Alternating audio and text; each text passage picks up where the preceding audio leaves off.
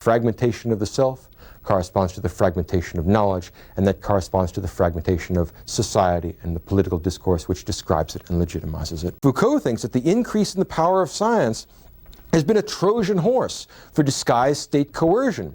If you think, for example, of technological advances like the penitentiary, right? Previous to that, we didn't have the means for locking people up, so it was necessary to kill most of them, even for trivial crimes.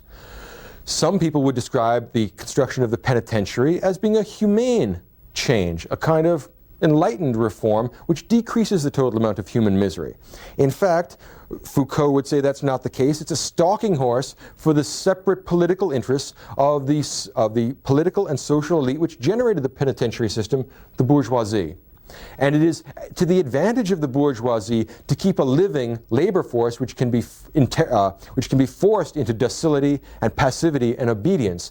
And it's so inefficient to kill off people who could potentially become your laborers. So what Foucault is essentially saying is that technology inevitably serves only a fragment of society, and it is an oppressive means by which an elite imposes its will to power on a passive majority.